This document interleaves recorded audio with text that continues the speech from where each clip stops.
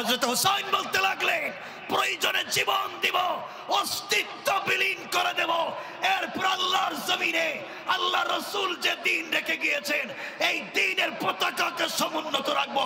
ইয়াজিদের মতো কাউকে মানতে চাই না। ঠিক কিনা আওয়াজ করে বলেন।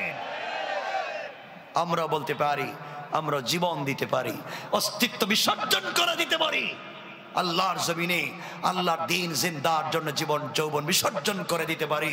কিন্তু কোন বেঈমান, কোন গাদ্দারকে আল্লাহর জমিনে কোরআন সুন্নাহর বিরুদ্ধে দাঁড়িয়ে কথা বলবার মতো সুযোগ আমরা দিতে পারি না। ঠিক কিনা বলেন। আমার বন্ধুগণ, আমার মুসলমানেরা কথাগুলো শোনো। যুবক তোমাদেরকে বলতে চাই, শোনো, মনে রাখবা, মনে রাখবা, মনে রাখো মুসলমানেরা, যারা ক্ষমতার কারণে, প্রভাবের কারণে আর সম্পত্তি আর পাওয়ারের কারণে অহংকার করে আজকে ইসলাম আর মুসলমানকে গালি দেয়, মনে রাখবেন আল্লাহ চাইলে 10 তলা থেকে তাবড়াইয়া গাছ তলায় নামাইয়া দিতে পারে। ঠিক কিনা বলেন। সমাজকে বিভ্রান্ত করা যাবে না। আমার মুসলমান বন্ধুগণ, কষ্ট হচ্ছে আপনাদের? খুব বাতাস লাগতেছে না? বুঝতেছি আমি, বাতাস লাগতেছে, এটা আমি বুঝতেছি। এটা করলা না কেন? সাইড বন্ধ করলা না কেন? তাহলে তো মানুষ বসতে পারতো। খুব লম্বা কথা বলবো না আমি, কিন্তু আমার ভাইরা, হযরত হুসাইন বললেন, যে চেয়ারে বসেছেন আমার নানা, যে চেয়ারে বসেছেন হযরত আবু বকর, যে চেয়ারে বসেছেন হযরত ওমর, যে চেয়ারে বসেছেন হযরত ওসমান। ওসমান তো চেয়ারে বসে শহীদ হয়ে গেলেন। ওমর তো ফজরের নামাজে খঞ্জর দিয়ে আঘাত করে শহীদ করে দেওয়া হলো। ওসমান তো কোরআন তিলাওয়াত করতে করতে শহীদ হয়ে গেলেন। আমার বাপও শহীদ হয়ে গেলেন। এরপরেও তারা কারোর সঙ্গে কম্প্রোমাইজ আর স্যাক্রিফাইস করে নাই। আমি হুসাইনও তাদের পথে মরে যেতে পারি, এরপরেও কোনো বেঈমানের সঙ্গে স্যাক্রিফাইস করতে রাজি না। আমার বন্ধুগণ, ওবায়দুল্লাহ বিন জিয়াদ বলতেছে, হুসাইন আপনি কার ছেলে কার নাতি আমি জানতে চাই না। নাউজুবিল্লাহ বললেন না? কার ছেলে কার নাতি আমি জানতে চাই না। তুমি যদি ইয়াজিদকে মানো তাইলেই যাইতে দিব, আর যদি না মানো তাইলে যাইতে দিব না। আমার মুসলমান বন্ধুগণ, এভাবে দীর্ঘদিন চলে গেল। হযরত হুসাইন রাদিয়াল্লাহু তাআলা আনহুকে আমার নবীজি মাঝে মাঝে বলতেন, তোমরা যদি আমাকে দেখো না, আমার হুসাইনকে দেখে নিও। আমার হুসাইনের চেহারার দিকে যদি তোমরা তাকাও, মনে করবে তোমরা যেন আমি রাসূলকে দেখেছো। পড়েন সুবহানাল্লাহ। সাহাবায়ে কেরাম বলতেন, হুসাইনের চেহারা নবীজির চেহারা কাছাকাছি মনে হতো। নবীজি যেভাবে হাঁটতেন হুসাইনও হাঁটতেন, নবীজি যেভাবে মুস্কি হাসতেন হুসাইনও ভাবে হাসতেন। এক কথায় নবীজি বলতেন, তোমরা আমার হুসাইনের দিকে তাকাও, যদি আমি রাসূলের কথা মনে পড়ে যাবে। কোন সুবহানাল্লাহ। আমার মুসলমান বন্ধুগণ, দীর্ঘদিন চলে গেল এভাবে। হযরত হুসাইন রাদিয়াল্লাহু তাআলা আনহু তাদের কাছে বললেন, আমরা যুদ্ধ করতে চাই না, আমি মারামারি করবার জন্য আসি নাই রে। তোমরা আমার 4টা কথা শোনো, আমাকে ছেড়ে দাও। 1 নাম্বার হলো, আমাকে তোমরা কুফায় যাইতে দাও। উবাইদুল্লাহ বিন জিয়াদ বলতে লাগলো, না, আপনাকে কুফায় যেতে দেওয়া যাবে না। যেতে হলে ইয়াজিদকে নেতা মানা লাগবে। হুসাইন বললেন, মরে যেতে পারি, মানব না। 2 নাম্বার, হুসাইন বললেন, তাহলে তোমরা আমাকে মদিনায় যেতে দাও, আমি ফিরে আবার চলে যাই। মদিনা থেকে এসেছি, প্রতিদিন কলিজার টুকরা নানা জানের রোজা জিয়ারত করতে পারতাম। ঘর থেকে বের হলে নানার রোজা দেখতে পাইতাম, নানার কবর দেখতে পাইতাম। প্রতিদিন একাধিকবার জিয়ারত করতে পারতাম, নানা জানের কবরের কাছে গিয়ে কান্না করতে পারতাম। তোমরা আমাকে ছেড়ে দাও, আমি আবার সেই মদিনায় পৌঁছে যাব। তারা বলল, না, আপনার ওইটাও মানবো না, আপনাকে আর যেতে দিব না। 3 নাম্বার তিনি বললেন, তাহলে শুনো রে, তোমরা আমাকে ইয়াজিদের সঙ্গে দেখা করতে দাও, আমি ওর সাথে সরাসরি কথা বলি। ওর সাথে সরাসরি কথা বললে হয়তো অনেক উপকার হবে। উবাইদুল্লাহ বিন জিয়াদ বলছে না, আপনাকে তার সঙ্গে কথা বলতে দেওয়া যাবে না। 4 নম্বর তিনি বললেন, তাহলে শোনো, তোমরা আমাকে তুর্কির রাস্তা দেখাইয়া দাও, সিরিয়ার রাস্তা দেখাইয়া দাও, ভিন্ন কোন রাস্তা দেখাইয়া দাও, আমি মদিনায় জীবনে যাব না, আমি আর কোনোদিন কুফায় যাব না, মদিনায় যাব না, তোমাদের দেশ ছেড়ে আমি অন্য কোথাও চলে যাব, এরপরেও মাথা নত করতে আমি রাজি হব না।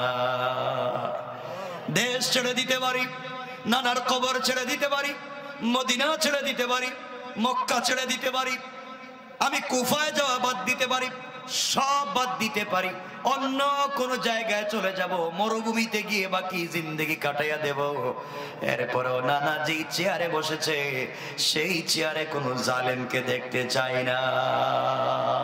আল্লাহু আকবার।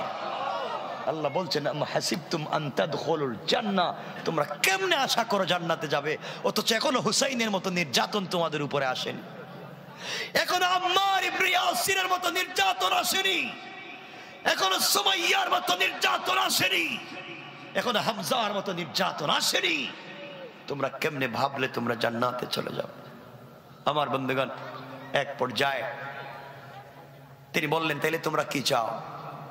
তারা বলল, পথ দুটা, হয়তো আপনি ইয়াজিদকে মানবেন, আর না হয় তরবারি দিয়ে ফয়সালা হবে। নাউজুবিল্লাহ বললেন না? তিনি বললেন, তোমরা কার সাথে যুদ্ধ করতে চাও? তোমরা কি আমাকে চিনো? আমার মাথার চুলের গোড়া থেকে পায়ের পাতা পর্যন্ত হয়তো এমন কোনো জায়গা নাই যেই জায়গায় আমার কলিজার টুকরা না আমাকে চুম্বন দেন নাই, আমাকে ভালোবাসেন নাই, এমন কোন রাত্র যায়নি যেই রাত্র আমার নানা আমাকে জড়াইয়া ধরে ঘুমাননি, এমন কোন দিন যায়নি আমি নানার সঙ্গে খেলা করিনি। তোমরা জানো না, আমি নানার পিঠে বসে বসে আমি ঘোড়া দৌড়াতাম। তোমরা কেমনে আমার সঙ্গে যুদ্ধ করতে চাও? তোমরা কেমনে আমাকে মারতে চাও? তোমরা জানো না আমি কাদেরকে নিয়ে এসেছি? যাদেরকে নিয়ে এসেছি সব তো আহলে বায়াত, রাসূলের পরিবারের লোক। আমি তো যুদ্ধের জন্য আসি নাই, আমার সঙ্গে 32 জন নারী আর 40 জন নিরীহ মুসলমান। আমি তো কুফায় যেতে চাই, তোমরা কেন আমার সঙ্গে যুদ্ধ করতে চাও? উবাইদুল্লাহ বিন জিয়াদ বলছে, আপনার এই মিষ্টি কথা আমাদের শুনবার দরকার নাই, আপনি কার নাতি, কার ছেলে, কোত্থেকে আসছেন জানতে চাই না, হয়তো ইয়াজিদকে মানেন, না হলে তরবারি দিয়ে ফয়সালা করে দেব। আমার বন্ধুগণ, এই সমাজে যুগে যুগে এমন ইয়াজিদ আছে না নাই? কথা বলেন, আছে না নাই? জওয়ানদেরকে বলছি, আল্লাহর ওয়াস্তে ভুল পথে যাইও না, দ্বীনের পথে আসো, এইভাবে দ্বীন বুঝো, হযরতে হুসাইনের মতো ইসলামওয়ালা, দ্বীনওয়ালা, ঈমানওয়ালা হয়ে যাও। কষ্ট হচ্ছে না তো আপনাদের? আমার মুসলমান বন্ধুগণ, গভীর মনোযোগ। হযরত হুসাইন রাদিয়াল্লাহু তাআলা আনহু দাঁড়িয়ে গেলেন আর বলতে লাগলেন, তোমরা আমাকে মারবার জন্য এসেছো, তোমরা আমাকে মারতে চাও, অথচ তোমরা আমাকে চিনো আমি কে? সোজা কথা যখন শুনলো না, হযরত হুসাইন চলে গেলেন তাঁবুতে। আমার বন্ধুগণ, 8 জিলহজ সফর শুরু করেছিলেন, চলে এসেছে প্রায় 10 মুহররমের কাছাকাছি। এখন আপনারা বলেন তো, প্রায় 1 মাসের উপরে হয়ে গেল। 1 মাসের উপরে হযরত হুসাইন তাঁবুতে গেলেন, মুসলমানদেরকে, পুরুষদেরকে বললেন, শোনো, আমাদের খাবার নাই, পানি নাই, কোনো জিনিস নাই, আর ওরা আমাদেরকে যুদ্ধের জন্য আহ্বান করছে, কুফায় যেতে দিবে না, তোমাদেরকে এখানে নিয়ে এসেছি, ওরা তো চায় আমি যেন ইয়াজিদকে মেনে নেই। তোমাদের কাছে আমার চাওয়া, আমি যদি মরে যাই, আমার পক্ষ থেকে আমার নানা জানের রওজায় সালাম পৌঁছাইয়া দিও রে, আমি মরে গেলে তোমরা ব্যথা নিও না। 40 জন মুসলমান দাঁড়িয়ে গেলেন আর ডাক দিয়ে বলেন, হুসাইন, কি বলতে চাও? তোমাকে তাদের সামনে ফেলে দিব, মুনাফিক গাদ্দারদের সামনে ফেলে দেব। ওরা তো নামাজ পড়ে, ওরা তো রোজাও রাখে, ওরা তো দাড়িও রেখেছে, ওরা তো মুসলমান, ওরা তো মুনাফিক। মুনাফিকদের হাতে হুসাইনকে উঠাইয়া দিয়া আমরা 40 জন ফেরত যাব না, আমরা আপনার ডাইনে বামে সামনে পিছে দাঁড়াইয়া আপনার মতো আমরাও জীবন দিয়ে দেব। এরপরেও আমরা কথা দিলাম ওই সমস্ত অন্যায়কারী জালেমদের সামনে আমরাও মাথা নত করব না। আল্লাহু আকবার। আমার বন্ধুগণ, যুদ্ধের দামামা বেজে উঠল। একদিকে 6000 আর আরেকদিকে 72 জন তো মানুষ, মহিলা 32 জন, 40 জন কি পুরুষ। 6000-এ কি 40-এর সঙ্গে যুদ্ধ করা লাগে? কথা বলেন না কেন? হাঁটলেই তারা মরে যাইব পায়ের নিচে পড়া। অস্ত্র নাই, পেটে খাবার নাই। 2-3 জন মুসলমান দাঁড়ায় বলেন, হুসাইন আজকে 1 মাসের উপরে হয়ে গেছে, খাবার নাই। শুকনা খাবার ছিল, খেজুর, তাও শেষ হয়ে গিয়েছে, পানিও শেষ হয়ে যাচ্ছে। আমরা এখন কি করতে পারি? সবাই তরবারি রেডি করলো যুদ্ধের জন্য। আমার বন্ধুগণ, চলে আসলো 10 মুহররম, 1 মাস 2 দিন। ফজরের নামাজ পড়ে হযরত হুসাইন বসে বসে কাঁদতেছেন আর বলতেছেন, আল্লাহ তাআলা, আমি আমার নানা জানের রওজা জিয়ারত করবার সুযোগ পাচ্ছি না, কিন্তু আল্লাহ আমি কথা দিলাম তোমার জমিনে তোমার দিন জিন্দা না করে ইসলামের পতাকা মাটিতে ফেলে আমি হুসাইন চলে যাব না। 40 জন মুসলমান না খাওয়া মুসলমান, 1 মাস 2 দিনের না খাওয়া মুসলমান, পানি নাই, খাবার নাই, দাঁড়িয়ে গেলেন, যুদ্ধের জন্য তৈরি হয়ে গেলেন। ফজরের নামাজ থেকে নিয়ে জোহর পর্যন্ত যুদ্ধ করলেন। যুদ্ধ করতে করতে 40 জন মুসলমান শহীদ হয়ে গেলেন। শুধুমাত্র বাকি আছেন হযরত হুসাইন। জোহরের নামাজ পড়লেন, আস্তে আস্তে করে তাঁবুর দিকে যেতে লাগলেন। স্ত্রীর তাঁবুতে ঢুকে পড়লেন, স্ত্রীকে 2 হাত জড়িয়ে ধরলেন, কপালে চুম্বন করে চোখের পানি মুছে বললেন, স্ত্রী রে, দীর্ঘদিন হয়েছে তুমি আমার ঘর সংসার করো, আজ পর্যন্ত তোমার হক আদায় করতে পারিনি, তোমাকে কোনো ভালো খাবার আমি দিতে পারিনি, তোমার জন্য ভালো কোনো বাসস্থানের ব্যবস্থা করতে পারিনি, আমার সঙ্গে নির্বাসিত হয়েছ, তুমিও আমার সঙ্গে নির্বাসিত হয়েছ। স্ত্রীরে, 40 জন মুসলমান জোহরের সালাতের আগে শহীদ হয়ে গিয়েছে, একমাত্র আমি বাকি আছি, আমাকে বিদায় দিয়ে দাও, কোনো রাগ গোসা ভিতরে রাখবা না, আর দুনিয়ার জমিনে তোমার সঙ্গে দেখা হবে না, আমার বাচ্চাকে দেখে রাখো,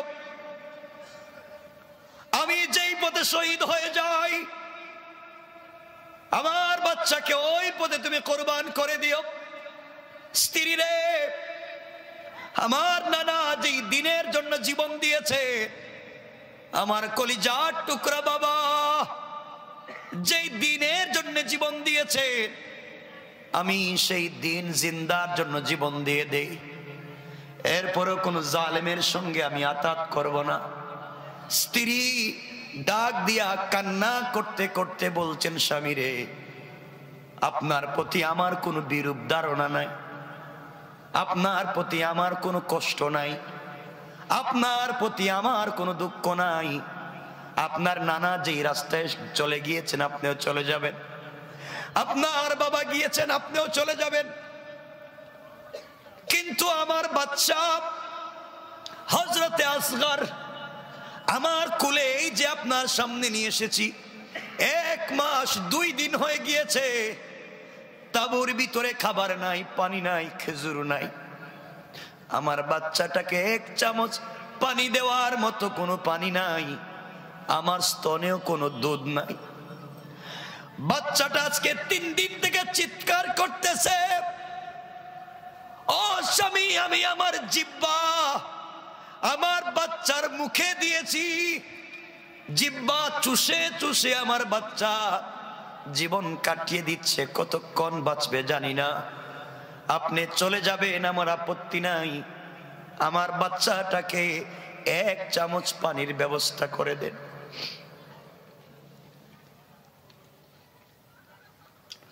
আমার বন্ধুগণ চিন্তা করেন, 1 চামচ পানির ব্যবস্থা নাই, মহিলারা কান্না করতেছে, সবাই হাউমাউ করে কাঁদতেছে। হযরতে হুসাইন বাচ্চা আসগরকে কুলে নিলেন, দুলদুলের উপরে সওয়ার হয়ে গেলেন, জুলফিকার রেখে দিলেন। নানার দেওয়া একটা তোয়ালি ছিল, নানার দেওয়া একটা ছোট্ট চাদর ছিল। নানা বলে দিয়েছেন, হুসাইন রে, সেটা আমি ব্যবহার করি, তুমি তোমার কোমরে রেখে দিবে, জীবনে কোনো জালেম তোমার কিছু করতে পারবে না। খুলে দিলেন, সব রেখে দিয়ে বাচ্চাকে কুলে নিলেন, ঘোড়ার পিঠে সওয়ার হলে ফুরাত নদীর তীরে পৌঁছে গেলেন। উবাইদুল্লাহ বিন জিয়াদকে লক্ষ্য করে বললেন, ভাই আমার, তুমি আমাকে মারতে এসেছো, তুমি আমাকে দুনিয়া থেকে উঠাইয়া দিতে এসেছো, আমি বিশ্বনবী রাসূল সাল্লাল্লাহু আলাইহি ওয়াসাল্লামের কলিজার টুকরা নাতি, তুমি আমাকে মেরে ফেলো, আমার আপত্তি নাই, পানি কেন বন্ধ করেছো, আমাকে কিছু পানি নিতে দাও, সবাই তো শহীদ হয়ে গেল, আমাকে একটু পানি দেও, আমার মাসুম বাচ্চাটাকে পানি পান করাই, একটু পানি দাও। এই কথা বলবার পরে ওখান থেকে উবাইদুল্লাহ বিন জিয়াদ বলছে, সত্যি কি বাচ্চা কোলে না আরো কোনো জিনিস নিয়ে আসছো? হযরত হুসাইন এইভাবে হযরতে আসগরকে ধরলেন, ধরে বললেন, দেখো রে, আমার বাচ্চাটা জিহ্বা শুকিয়ে গিয়েছে, কলিজা শুকিয়ে যায়, শ্বাস টান দিতে পারে না, আমার বাচ্চার সঙ্গে তোদের দুশ্মনী নাই, মাসুম বাচ্চা, 1 ফোঁটা পানি দাও। ওই কথা তিনি বলেছেন বেয়াদব, মুনাফিক, গাদ্দার মুসলমান উবাইদুল্লাহ বিন জিয়াদ। তার সৈন্যবাহিনীর ভিতর থেকে একজন আসগরের বুক বরাবর তীর নিক্ষেপ করে দিল। বাবার কোলে সন্তানের বুক দিয়া তীর ঢুকে পিছন দিয়া বের হয়ে গেল, ফিনকি দিয়ে রক্ত বের হয়েছে। হযরত হুসাইনের বডিটা রক্তে লাল হয়ে যায়। সন্তানকে উপর দিকে উঠাইয়া আল্লাহকে ডাক দিয়া বলেছেন, আল্লাহ, এটা তোমার কেমন বিচার? কি করেছি আমরা এই দুনিয়ায়? আমার সন্তানকে পর্যন্ত তারা রাখলো না। হযরত হোসেন বুঝতে পারলেন সন্তান শহীদ হয়ে গিয়েছে। সন্তানের শরীর থেকে রক্ত নিয়ে নিজের বডিতে লাগালেন, নিজের কাপড় খুলে সন্তানকে পেঁচালেন। আস্তে আস্তে সন্তানের কুলে নিয়ে সন্তানকে কপালে চুম্বন করলেন। ডাক দিয়া বললেন, বাবা আসগর রে, জীবনের শেষ মুহূর্তে 1 ফোঁটা পানি বাপ তোমাকে দিতে পারলাম না। কথা দিলাম, তোমার রক্ত থেকে কথা দিলাম, বাবা মরে যাব কিন্তু দিনকে নিচে ফেলতে দিব না। আর কথা দিলাম কিয়ামতের দিনে আমার কলিজার টুকরা নানা জানের নিজ হাতে তোমাকে হাউজে কাউসারের পানি পান করাইয়া তোমার তৃষ্ণার্ত কলিজাকে আমি ঠান্ডা করে দেব। কোন আল্লাহু আকবার, আল্লাহু আকবার বলেন। আমার বন্ধুগণ, সন্তানকে কাপড় দিয়ে পেঁচালেন, স্ত্রীর রুমে গেলেন, স্ত্রীর কোলে সন্তানকে উঠাইয়া দিলেন। আর মুচকি হেসে বললেন, স্ত্রী, আর তোমাকে আমার সন্তান পানি পানি বলে তোমাকে কষ্ট দিবে না, আর বলবে না পানি দাও। জীবনের মতো পানি পান করাইয়া দিয়েছি, আমার সন্তান ঘুমিয়ে গিয়েছে, আর তোমাকে ডিস্টার্ব করবে না। এই কথা বলে হযরতে হুসাইন রাদিয়াল্লাহু তাআলা আনহু আসগরকে কুলে দিয়েছেন, স্ত্রী তো কান্না করে করে অজ্ঞান, নারীরা কান্না করে করে অজ্ঞান। হযরত হুসাইন বললেন, কান্নার কিছু নাই, বুঝতে পেরেছি আমার নানা জানের স্বপ্ন আর আমার স্বপ্ন বাস্তবায়িত হয়েছে। এই জায়গায় আমি শহীদ হয়ে যাব, আর হয়তো ফিরে যাব না, আর নানা জানের রওজা জিয়ারত করতে পারবো না। সিজদায় পড়ে নানাকে ডাক দিয়া বলছেন, নানা দূর থেকে তোমাকে জীবনের শেষবার সালাম দিয়েছি, কাছে এসে হয়তো হুসাইন সালাম দিতে পারবে না। নানা আমি যদি ইয়াজিদকে মেনে নিতাম, মদিনার স্বর্ণের চেয়ারে বসতে পারতাম। ইয়াজিদকে মেনে নিলে মদিনার রাজত্ব থাকতো আমার। কিন্তু নানা তুমি যে চেয়ারে বসেছো, এই চেয়ারে জালেমকে বসতে দিতে পারি না। আমি মরে যেতে পারি, জীবন দিয়ে দিতে পারি, তোমার রেখে যাওয়া আমানত ইসলামকে ধ্বংস করে দিতে পারি না। মহিলাদেরকে বললেন, কান্নার কোনো কারণ নাই, তোমরা ধৈর্য ধারণ করো। তোমরা যদি গ্রেফতার হয়ে যাও, যেখানে যাইবা ওখানে দিন জিন্দা হয়ে যাবে। আর আমার জয়নুল আবদিনকে দেখে রাখো, রসুলের বংশের আর কোনো বাচ্চা নাই।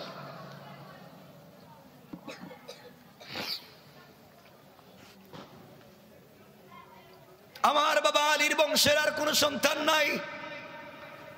ফাতেমা রক্ত থেকে জন্ম নেওয়ার কোনো সন্তান নাই। জয়নুল আবেদিন বেঁচে আছে, তাকে তোমরা দেখে রাখো, বের হতে দিও না। আমার মন বলছে আমি যদি মরে যাই রে, হয়তো জয়নুল আবেদিনের হাত ধরে আবার আল্লাহর জমিনে দিন জিন্দা হয়ে যাবে। আল্লাহু আকবার। আমার বন্ধুগণ সবার কাছ থেকে বিদায় নিলেন, দুরাকাত সালাত পড়লেন, সিজদায় গিয়ে কাঁদতে লাগলেন, আর আল্লাহকে ডাক দিয়া বলেন, আল্লাহ আজকের দিনে আমার একটা ভাই নাই। আমার ভাই হুসাইন তো অনেক আগে শহীদ হয়ে গিয়েছে, দুনিয়ার জমিনে আমার কোনো ভাই নাই। আমার বাপও বেঁচে নাই। আজ আমার বাবা বেঁচে থাকলে আমাকে এভাবে মাজলুম হতে হতো না। আজ যদি আমার কলিজার টুকরা নানা দুনিয়ার জমিনে বেঁচে থাকতেন, হয়তো আজকের দিনের মতো এমন দিন আমাকে দেখতে হতো না। আল্লাহ দুনিয়ার জমিনে নানা নাই, আমার বাবাও নাই, আমার একটা ভাই নাই, কেউ আমার সামনে দাঁড়াবার নাই। আয় আল্লাহ তাআলা, আমি না বের হয়ে গেলাম এই বলে তিনি তরবারি টানলেন, বাবার জুলফিকার টানলেন, হাতে তুললেন, নানার দেওয়া তোয়ালি কোমরে বাঁধলেন, শরীরে যুদ্ধের পোশাক লাগালেন, দুলদুলের পিঠে সওয়ার হয়ে গেলে পিছন দিকে তাকিয়ে নারীদেরকে বললেন, খবরদার যে কোনো সুরতে তোমরা ঈমান বিসর্জন দিবা না, জীবনের জন্য ঈমান বিসর্জন দিবা না, বরং ঈমানের জন্য 1000 বার জীবন বিসর্জন দিয়ে দিও। আমার বন্ধুগণ চলতে লাগলেন বীর দর্পে। রাসূলের কলিজার টুকরা নাতি হুসাইন, যেই নাতির সঙ্গে আমার রাসূলের হাজার হাজার স্মৃতি রয়েছে। আমার নবীজি হুসাইন রাদিয়াল্লাহু তাআলা আনহুকে নিয়ে খেলাধুলা করতেন। হুসাইন মাঝে মাঝে বলতেন, নানা আপনি ঘরে না আসলে আমার ভালো লাগে না। কেন নানা?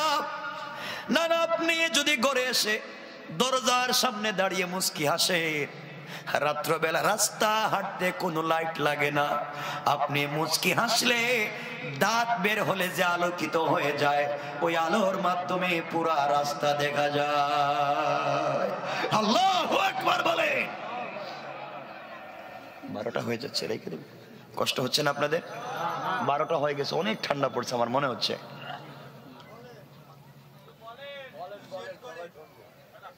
কয়েক মিনিট আমি রেখে দেব। না অনেক ঠান্ডা তো, আমি বুঝতে, কি কুয়াশা, অন্ধকার হয়ে যাচ্ছে।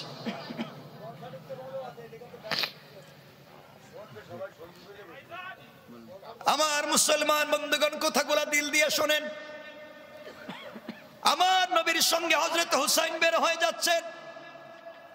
হযরতে হুসাইন বের হয়ে যাচ্ছেন, তরবারি হাতে নিয়েছেন, দুলদুলের পিঠে সওয়ার হয়েছেন, ফুরাত নদীর দিকে যাচ্ছেন। এদিকে আসমানের ফেরেশতারা কাঁদতেছে, আল্লাহর কাছে বাইতুল মামুর তওয়াফ করে বলতেছে, আল্লাহ এই কেমন বিচার তোমার? হুসাইনের কি অপরাধ, কি অপরাধ হযরত হুসাইনের? একা একা ৬,০০০-এর সামনে দাঁড়িয়ে গিয়েছে। আমার বন্ধুগণ, ছোট্ট করে আপনাদেরকে বলে দিই, হুসাইনের সাথে আমার নবীজির কত স্মৃতি আছে। ছোট্ট করে আপনাদেরকে একটা বলি, আমরা আলোচনা শেষ করে দিব, মনোযোগ দিয়ে শোনেন। আমার মুসলমান বন্ধুগণ, কয়েকদিন হয়ে গেল হযরতে ফাতেমা নবীজি সাল্লাল্লাহু আলাইহি ওয়াসাল্লামের কাছে আসেন না। নবীজি হযরতে ফাতেমাকে না দেখলে তার সহ্য হতো না। ৩-৪ দিন হয়ে গেল ফাতেমা আসেন না, ৫-৬ দিন হয়ে গেল ফাতেমা আসেন না। একদিন আমার নবীজি ফজরের সালাত পড়ে একজন সাহাবীকে সঙ্গে নিয়ে ফাতেমার ঘরের দরজায় হাজির হয়ে গেলেন। ডাক দিয়া বলছেন, ফাতেমা রে, ৫-৬ দিন ৭ দিন হয়ে গেল, তুমি বাবার খবর নেও না কেন? তোমাকে না দেখলে না আমার ভাল লাগে না, আমার নাতি কোথায় হুসাইন? হযরতে ফাতেমা ঘরের ভিতর থেকে চিৎকার করে ডাক দিয়া বলেছেন, আব্বা আমি ঘরে আছি, দরজা খুলে দাও মা।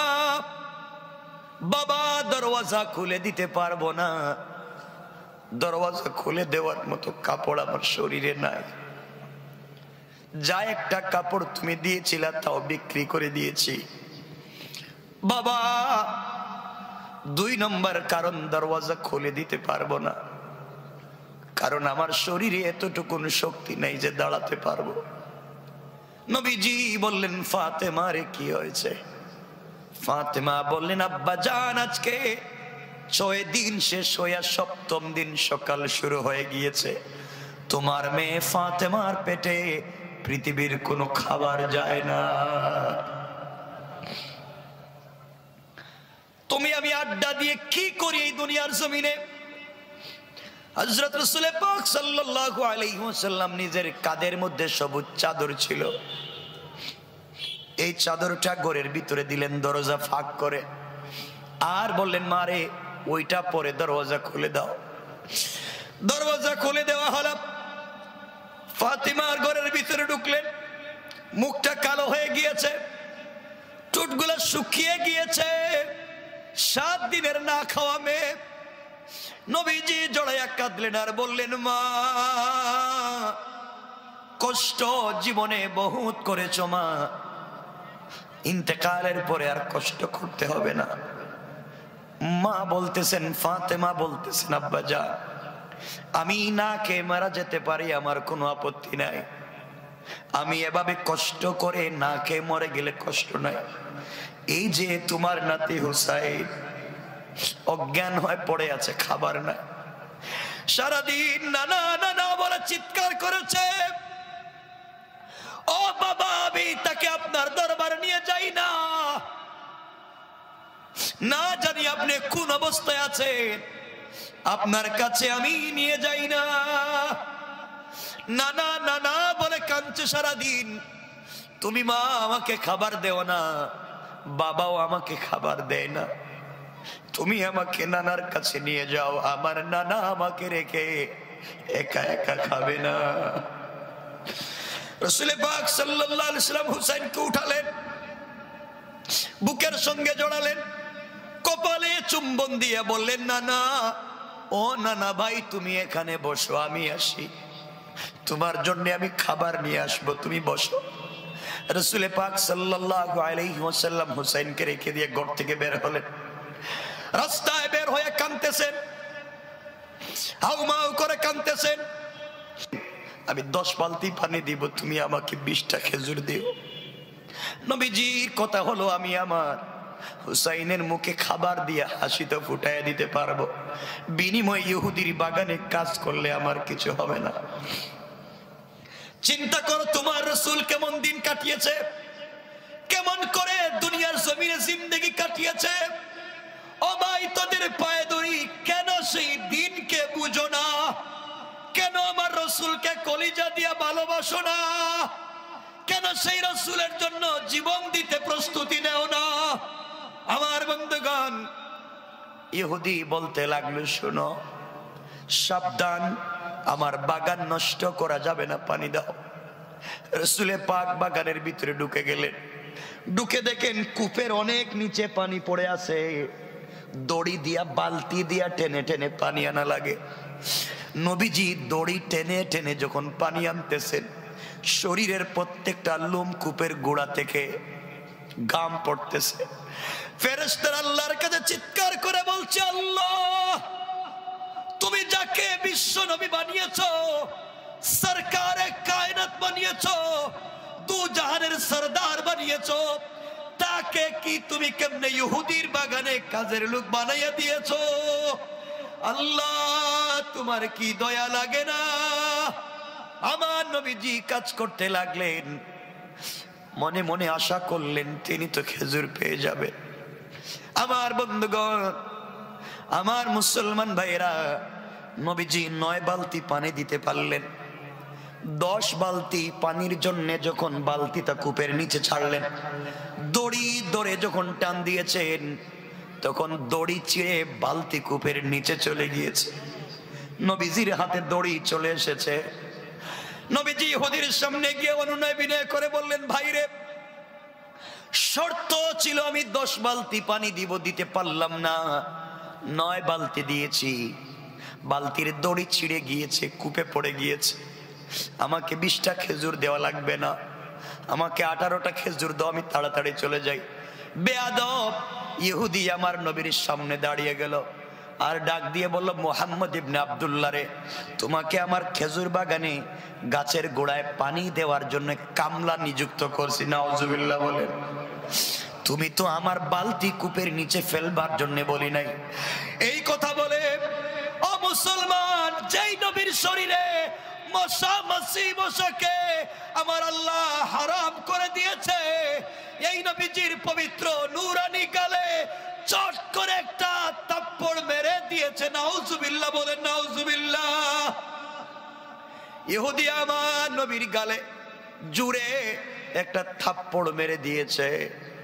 নবীজি নিজের গালে হাত না দিয়া মুস্কি হাসি দিয়া ইহুদির হাতকে নিজের হাতে নিয়া ইহুদির হাতকে চুম্বন করে বুকের সঙ্গে লাগাইয়া ডাক দিয়া বললেন, বাইরে, তুমি যে আমাকে আঘাত করেছো, তুমি কি তোমার হাতে ব্যথা পেয়েছো? আল্লাহু আকবার। ভাই, তুমি যদি হাতে ব্যথা পেয়ে থাকো, আমাকে আঘাত করেছো, আমাকে মেরেছো, তোমার বালতি নিচে ফেলে দিয়েছি, এই জন্যে তুমি আমাকে মেরেছো, তুমি কি হাতে ব্যথা পেয়েছো? এই বলে আমার নবীজি নিজের শরীর থেকে চাদর সরিয়ে দিলেন আর বললেন, ভাই যদি কষ্ট পেয়ে থাকো, আমি মুহাম্মদ পিঠটা খুলে দিলাম, যত পারো আঘাত করে তুমি তোমার কষ্ট দূর করতে পারো। এই বলে ইহুদির কাছ থেকে 18টা খেজুর নিয়ে নিজের মুখে হাত না দিয়া দৌড়তে লাগলেন। ঘরের ভিতরে গিয়া হযরতে হুসাইনকে নিজের হাতে উঠালেন, শরীর মুছে দিলেন, নিজের কুলে বসাইয়া একটা একটা করে নানা হুসাইনের মুখে খেজুর দিচ্ছেন। হুসাইন বলতেছে, না না, তুমি যদি আরো আগে আসতা আমার কষ্ট হতো না। মা আমাকে আপনার দরবারে যেতে দেয় না, বাপও আমাকে যেতে দেয় না, আমি কিন্তু তোমাকে ছাড়া থাকতে পারি না। এমন সময় ফাতেমা দৌড়ে আসছেন, খেজুর দেখে বলছেন, আব্বা আপনি কোথায় খেজুর পেয়েছেন? নবীজি বলছেন, পেয়েছি মা, তুইও খা। হঠাৎ হযরতে ফাতেমার চোখ গিয়েছে নবীজির গালের দিকে। নূরানি চেহারা, চন্দ্র সূর্যের চাইতে সুন্দর যার চেহারা। ইহুদি আঘাত করেছে, 5টা আঙ্গুলের দাগ বসে গিয়েছে। ফাতেমা ডাক দিয়ে বলেছেন, আব্বা কে আপনার গালে আঘাত করেছে বাবা? আমার বন্ধুগণ, এদিকে ইহুদি চিন্তায় পড়ে গিয়েছে। বুঝাতে চাই যুবকেরা, তোমার আমার আদর্শ কেমন হওয়া চাই। ইহুদি চিন্তায় পড়ে গেল, কারে মারলাম রে? যারে মারবার পরে আমাকে মারলো না, উল্টা নিজের আমার হাতটা বুকের সঙ্গে লাগালো, চুম্বন করলো। বুঝতে পেরেছি উনি সাধারণ কোনো পাবলিক না, উনি আখেরি জামানার পয়গম্বর। সে যে দাওয়াত দেয় আসলে মিথ্যা দাওয়াত দেয় না। এত নির্যাতন করবার পরে জবাব দিল না, উল্টা পিঠ খুলে আমাকে বলছে প্রতিশোধ নেওয়ার জন্যে। এই কথা বলে ইহুদি আর সহ্য করতে পারল না। ভুল করে ফেলেছি, অন্যায় করে ফেলেছি, কেমনে মারলাম রে? এত সুন্দর চরিত্রের মানুষকে কেমনে মারলাম রে? এই হাত নিয়ে কেমনে আল্লাহর সামনে দাঁড়াবো? আমি মরলে রব যদি বলে ইহুদি এদিকে আয়, তুই এই হাত দিয়া কেমনে আমার বন্ধুর গালে মারলে? যেই বন্ধুকে দেখবার জন্যে ফাঁকা বা কাউসাইনি আও আদনা, আমার কাছাকাছি মেয়ারাজে আইনা আর সে আসিমে বসাইয়া আমি আল্লাহ তো ঘন্টার পর ঘন্টা আমার বন্ধুর চেহারার দিকে তাকিয়েছিলাম। আল্লাহু আকবার, জোরে বলেন আল্লাহু আকবার। যেই বন্ধুকে দেখবার জন্য এত দূরে আনলাম, তুই কেমনে আমার বন্ধুর গালে চড় মেরেছ? জবাব দাও। জবাব দিতে পারবো না। এই কথা চিন্তা করি ইহুদি বলছে, ভুল করে ফেলেছি, আল্লাহর সামনে দাঁড়াতে পারবো না। একটা পাথরের উপরে হাতটা রেখে কবজিতে আঘাত করে হাত আলাদা করে দিল। হাত আলাদা করে ব্যাগের ভিতরে ঢুকাইয়া চিন্তা করি, হাত নিয়ে দুনিয়ার জমিন থেকে বিদায় নিতে চাই না। যেই হাত দিয়া মুহাম্মদকে আঘাত করেছি, হাত নিয়ে কবরে যেতে চাই না। সোজা নবীজির ফাতেমার বাড়িতে হাজির, ডাক দিয়া বলছি, মুহাম্মদ ইবনে আব্দুল্লাহ, আপনি আমার খেজুর বাগানে পানি দিয়েছেন, আপনার চরিত্র দেখে আমি মুগ্ধ হয়ে গিয়েছি। ভুল করেছি, অন্যায় করেছি, আমি আর অন্যায় করব না। আমি আপনার চরিত্র দেখে বুঝতে পেরেছি আপনি আখেরি জামানার পয়গম্বর। আমাকে পড়াইয়া দেন লা ইলাহা ইল্লাল্লাহু মুহাম্মাদুর রাসূলুল্লাহ। আমার নবীজি পড়াইয়া দিলেন। যুবকটা কাঁদতেছে। নবীজি বললেন, ভাইরে তুমি আমাকে হাত দিয়ে আঘাত করেছো, হাতটা দেও, মুসাফা করি। আবার তোমার ইমানি হাতে একটা চুম্বন দে। যুবক হাত দিয়েছে, রক্তাক্ত, ব্যান্ডেজ করা, কবজি নাই। নবীজি বললেন, কি ব্যাপার, তোমার হাতের কবজি কোথায়? ইয়া রাসূলুল্লাহ, আপনাকে আঘাত করবার পরে সামলিয়ে রাখতে পারি নাই নিজেকে। যে হাত দিয়া সরকারে কায়নাতকে আঘাত করেছি, আল্লাহর সামনে এই হাত কেমনে দেখাবো? রব যদি আমাকে বেয়াদব বলে তাড়াইয়া দেয়, এই জন্য হাত কেটে ফেলে দিয়েছি। এই হাত নিয়ে আল্লাহর সামনে দাঁড়াতে চাই না। নবীজি বললেন, কোথায় রেখেছো আমাকে দেখাইয়া দাও। ইহুদি হাত বের করে দিয়েছে। আমার নবীজি হাতটা হাতে নিয়া ইহুদির হাতের সঙ্গে লাগাইয়া জবান থেকে লালা বের করে ব্যান্ডেজ করে দিলেন। সাথে সাথে ইহুদির হাত আগের চাইতে সুন্দর এবং বেশি শক্তিশালী হয়ে গিয়েছে। আল্লাহু আকবার, জোরে বলেন।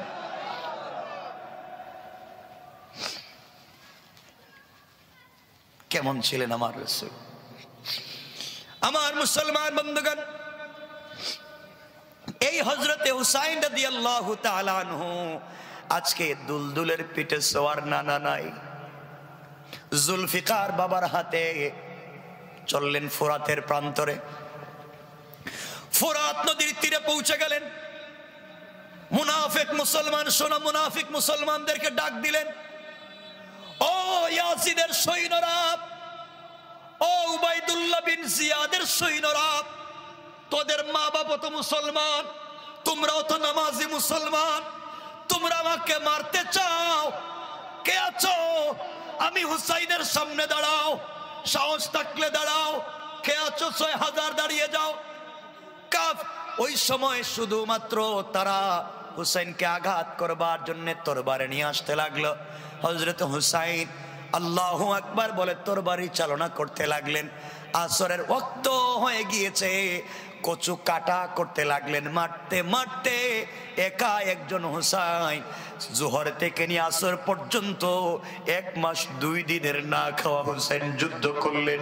1 মাস 2 দিন না খায়া একা 6000-এর সঙ্গে যুদ্ধ করে আসরের আজানের আগে আগে পুরা ফুরাত নদীর তীরকে খালি করে দিয়েছে।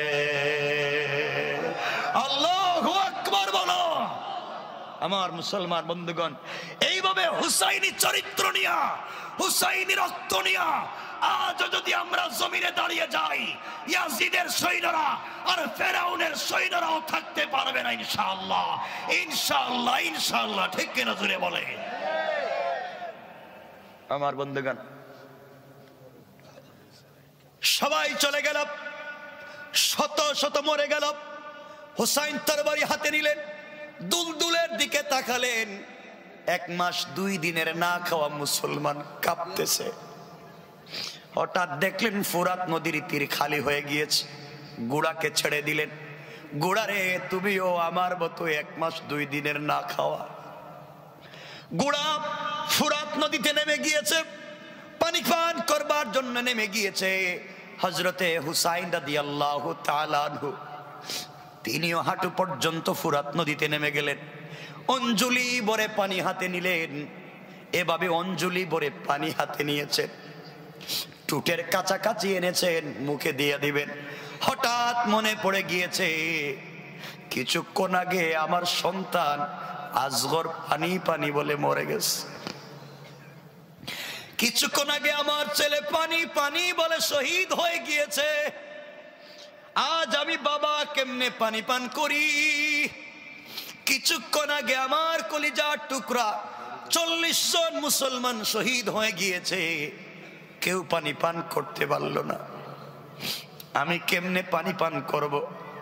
এই বলে তিনি হাতের পানি ফেলে দিলেন। না, নিমক হারামের মতো আমি একা একা পান করব না। হাতের পানি ফেলে দিলেন, আবার উপরে উঠে গেলেন। আর তো দাঁড়াতে পারতেছেন না। আবার তরবারি হাতে নিলেন, বীর বিক্রমে যুদ্ধ করতে লাগলেন।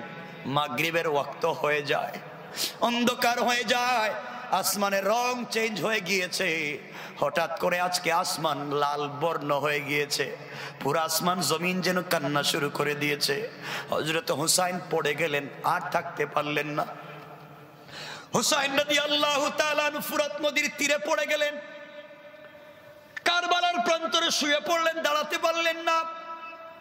এমন সময় ইয়াজিদ বাহিনীর একটা কুলাঙ্গার, উবাইদুল্লাহ বিন জিয়াদের সৈন্যদের মধ্যে কুলাঙ্গার সীমার, হাতের মধ্যে তরবারি নিয়া আস্তে আস্তে করে হযরতে হুসাইনের কাছাকাছি চলে এসেছে।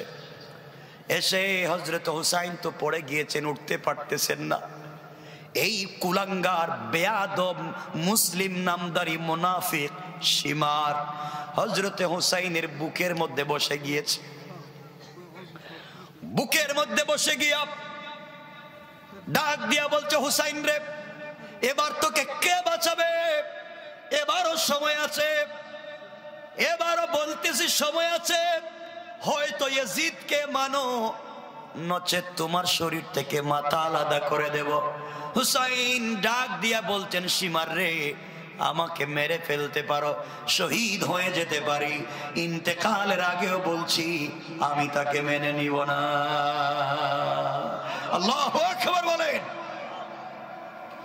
আমার মুসলমান বন্ধুগণ, এক পর্যায়ে, লম্বা কথা, এক পর্যায়ে হযরতে হুসাইন রাদিয়াল্লাহু তাআলা আনহু মাগরিবের আযানের সময় হয়ে যায়, অন্ধকার, সবকিছু অন্ধকার হয়ে গিয়েছে। এমন সময়ে হযরতে হুসাইন রাদিয়াল্লাহু তাআলা আনহু বুকের উপরে বসে সীমার শরীর থেকে মাথাটা আলাদা করে দিয়েছে, শরীর থেকে মাথা আলাদা করে দিয়েছে। এই 6000 সৈন্যবাহিনী গুড়া দৌড়াইয়া পবিত্র হুসাইন রাদিয়াল্লাহু তাআলা আনহুর বডিটাকে জাজরা করে দিয়েছে, শরীর থেকে চামড়া ফেলে দিয়েছে। তরবারির মাথায় হুসাইন রাদিয়াল্লাহু তাআলা আনহুর মাথাটাকে গেঁথে, কত বড় বেয়াদব চিন্তা করে, যেই মাথায় রসুলে পাক চুম্বন করেছেন মাথাটা গেঁথে উবাইদুল্লাহ বিন জিয়াদের সামনে নিয়ে রাখছে, একটা প্লেটের মধ্যে করে রেখেছে। উবাইদুল্লাহ বিন জিয়াদ তার হাতের লাঠি দিয়া হযরত হুসাইনের মাথার মধ্যে নাড়াচাড়া করতেছে। ওই জায়গার মধ্যে একজন বয়োবৃদ্ধ সাহাবী হযরতে যায়েদ ছিলেন, বুড়া মানুষ। তিনি বললেন, বেয়াদব, তোমার বেয়াদবি অনেক দেখেছি, তুমি কার মাথায় কার টুটে আঘাত করতেছো। আমি আমার চোখে দেখেছি নবীজিকে, আমার চোখে দেখেছি কত হাজার দিন আমার নবীজি হুসাইনের টুটের মধ্যে চুম্বন করেছে, তুমি তার টুটে আঘাত করতেছো। আমার বন্ধুগণ, লম্বা কথা, শহীদ হয়ে গেলেন। হযরতে হুসাইনের মাথাটাকে কুফার মসজিদে রেখে দিল, আর বুঝাতে চাইল যারা এইভাবে ইয়াজিদের বিরোধিতা করবে তাদেরকে মেরে ফেলে দিবে।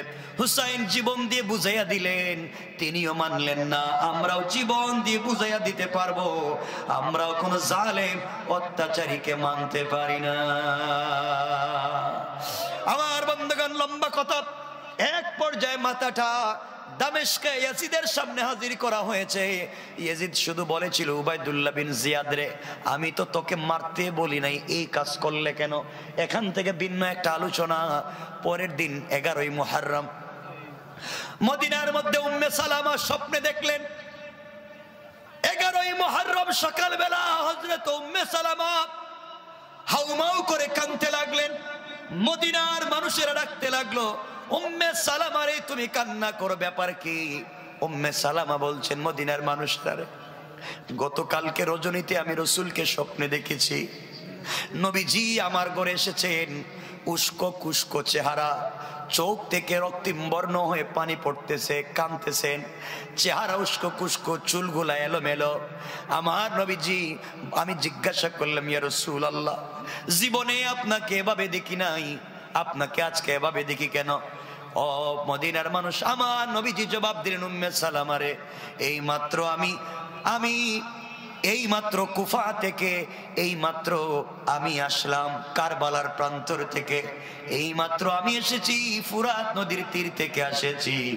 আমি দেখে আসলাম আমার কলেজার টুকরা নাতি হুসাইনকে ওরা শহীদ করে তার মাথাটাকে তারা তরবারির মাথায় রেখে ঘোরায়, আর আমার কলেজার টুকরা নাতি পুরা বডিটাকে গুড়া দিয়া থেতলা করে দিয়েছে। আমার কষ্ট লেগেছে, এই জন্য আজকে আমি এভাবে হয়ে গিয়েছি। ওই সময় তিনি বলতে লাগলেন, উম্মে সালামা বলতে লাগলেন, মদিনার মানুষেরা রে, আমাদের মন বলতেছে হযরতে হুসাইনকে কুফার মানুষ আর রাখে নাই। আমি এখানে দুটো কথা বলতে চাই। এক নম্বর, হযরতে হুসাইন শহীদ হয়ে গেলেন, জীবন দিয়ে দিলেন, সন্তানকে কোরবানি করে দিলেন, এরপরেও কি তিনি স্যাক্রিফাইস করেছেন? কথা বলেন, করেছেন? আল্লাহ বলতে চাইলেন, আম হাসিবতুম আন তাদখুলুল জান্নাতা, তোমরা কেমনে জান্নাতের আশা করো, অথচ এখনো হুসাইনের মতো জুলুম তোমাদের উপরে পড়ে নাই। দুই নাম্বার কথা হলো, ওই যে হুসাইনকে আঘাত করতেছে, শহীদ করে দিচ্ছে, কুফার মুসলমানরা দেখছেনি? কথা বলেন, দেখছেনি? ওরা পাহাড়ের উপর থেকে দেখছে, বাড়ি থেকে দেখছে, বিভিন্ন জায়গা থেকে দেখছে, কেউ কোনো প্রতিবাদ করে নাই। বোঝা গেল, আপনি যখন দিনের পথে এগিয়ে যাবেন, আপনাকে বহুত পিছন থেকে বলবে আগাও। মুনাফিকেরা যখন আপনি পড়বেন বিপদে, কেউ কাছে থাকবে না। মনে রাখবেন, এই মুনাফিকদের সঙ্গে আতাত করে লাভ নাই। এই জমিনে যদি আজও মুনাফিক মুসলমান না থেকে একজন হুসাইনি মুসলমান দাঁড়িয়ে যায়, এই সমাজের কোন জায়গায় অনাচার, অত্যাচার আর জুলুম থাকবে না। ঠিক কিনা জোরে বলেন? আমার বন্ধুগণ, আরো অনেক কথা বাকি, 12:30 হয়ে গেছে। আমার ইচ্ছা ছিল যুবকদেরকে নিয়ে আরো কিছু কথা বলবো, কিন্তু আর বলতে চাই না। 12:30 আজকের মতো রেখে দিতে চাই।